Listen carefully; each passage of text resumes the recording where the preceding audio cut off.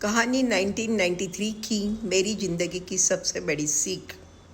Hello friends, शाम को 5-1 बजे का वक्त होगा। मैं आईसीयू में गई। आईसीयू में ये सब ट्यूबलाइट्स लगी हुई है ना, उसके साथ में मेरी नज़र पेशेंट के ये यूरिन बैग के ऊपर पड़ी और मेरे दिमाग में ट्यूबलाइट चल पड़ी। ओह यूरेका, यूरेका, डायग्नोसिस मिल गया कह के मैंने किसी से बात नहीं की और डायरेक्टली जाके नर्सिंग सेक्शन पे बैठ गई। मेरी हाउसमैन अस्मा आई।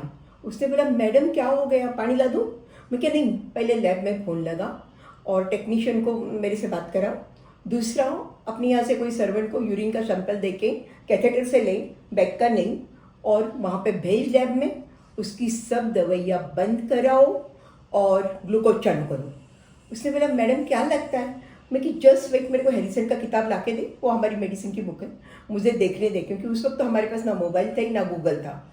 और जब तक लैब का रिपोर्ट आ रहा है तब तक मैं आपको पेशेंट की पूरी हकीकत बता रही हूँ। देखो, ये जो कहानी है इसमें परेश नाम का एक 16-17 साल का लड़का पहले दिन रात को, जिस दिन प्रॉब्लम हुआ था उसके एक दिन पहले, फुटबॉल खेल के आया था।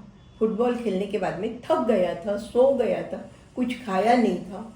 आधी रात को उसका पेट दुखने लगा, बहुत पेट दुख रहा था, उल्टियाँ हो गई।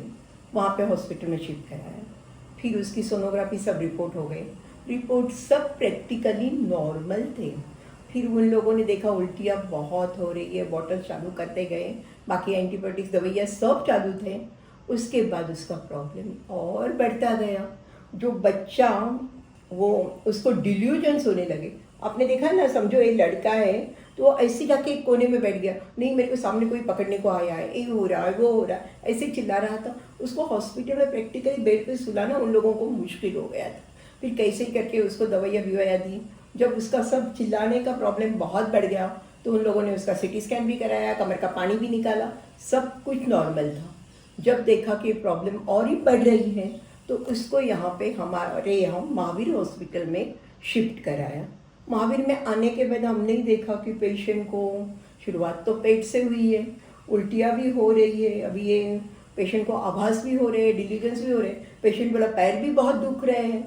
फिर यहाँ आने के बाद में तो उसने दूसरे दिन सुबह जब मैं राउंड पे गई तो उनके घर वालों ने बोला, अभी तो ये चल भी नहीं पा रहा है, पैर भी दुख रहे हैं, वैसे ही चिल्ला रहा है, पर अभी ऐसे थोड़ा शांत है, पेट में कुछ टिक भी नहीं रहा है, सब बॉटल्स दे रहे हो, ये दे रहे हो, कुछ प्रॉब्लम समझ में नहीं आ रहा है। मैं क्या, सही में नहीं आ रहा है, देखते हम और क्या क्या कर सकते हैं। और कोई थोड़े से लीवर के दूसरे रिपोर्ट्स भेजे उसके और देखते रहे। तब तक उसी दिन दोपहर को मेरे को फ़ोन आया कि मैडम उसको तो बहुत ज़्यादा फिट्स आने लगी। तो फिट्स आने लगी तो क्या करेंगे, उसको आईसीयू में शिफ्ट कराया। आईसीयू में शिफ्ट करने के बाद में उसको इंजेक्शंस दिए फिट्स कंट्रोल करने के। फिट्स कंट्रोल करने के इंजेक्शन जो उस टाइम हम लोग फिनिटाइन, गार्डियन जो भी देते थे, उसके बाद तो उसकी हालत और बिगड़ती गई। और फिर मैं तो जल्दी राउंड पे आ गई, शाम को 4-5 बजे आई और देखा तो सुबह मैंने उस पेशेंट का पेशाब हुआ देखा था, उसका ये कलर था और ये भूल से वहाँ पे ऐसे ही पड़ा हुआ था तो उसका एक कलर चेंज हो गया था, तो एकदम पोर्ट वाइन कलर। और वो कलर देखते ही मुझे लगा कि अरे इसकी तो बीमारी अब मेरे पकड़ में आ गई है। आपने बोला ये ट्यूबलाइट की लाइट से ना, उससे भी ये कलर चेंज हो जाता है। काफ़ी बार ये पेशेंट को हम लोग बोलते हैं कि तुम्हारा पेशाब तुम धूप में रखोगे तो उसका कलर बदल जाएगा।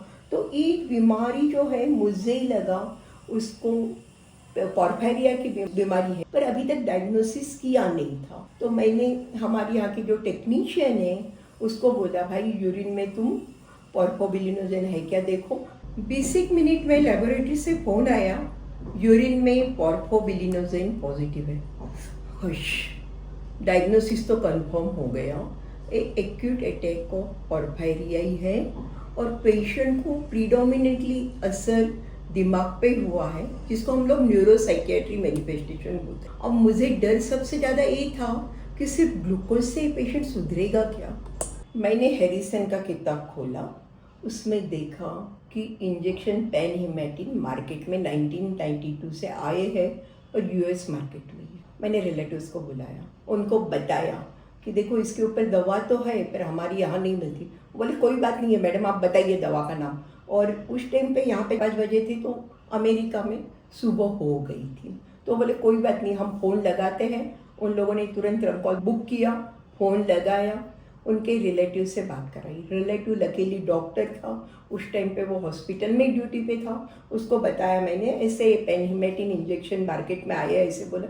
वो बोला कोई बात नहीं, मैं अभी इंक्वायरी करता हूँ यहाँ पे, मैं इतने बड़े हॉस्पिटल में हूँ, कुछ ना कुछ तो मेरे को मिल ही जाएगी हेल्प। और तुरंत वहाँ पे डॉक्टर से प्रिस्क्रिप्शन लेके आपको इंजेक्शन भिजवा देता हूँ।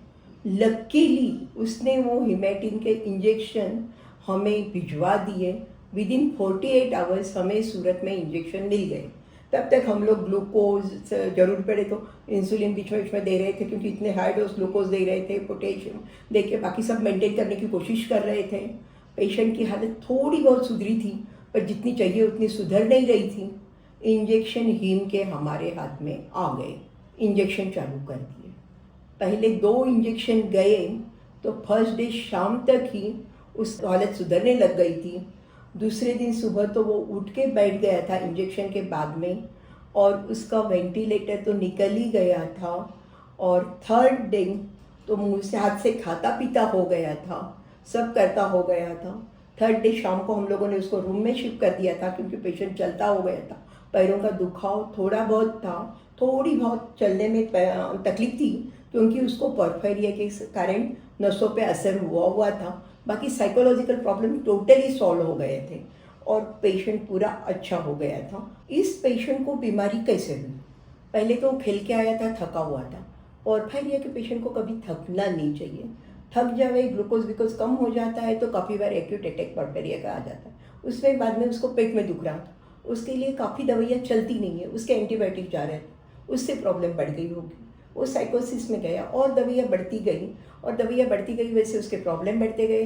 फिर वेंटिलेटर पे गया, फिट्स आ रही थी। फिट्स की आजकल एक आध दूसरी दवाई है जो चलती है पोर्फायरिया में, पर काफ़ी दवाइयाँ नहीं चलती है। 4th डे पेशेंट आराम से रूम पे बैठ के सबके साथ सेलिब्रेट कर रहा था उसकी रिकवरी। तो ई हिम के इंजेक्शन वैसे तो बहुत महंगे आते हैं, पर मेरे अंदाज से अगर ये बीमारी जब जल्दी पकड़ी जाए तो हम लोग काफ़ी बार पेशेंट को भारी दवाओं से, इंजेक्शन से बचा के जल्दी अच्छे कर सकते हैं।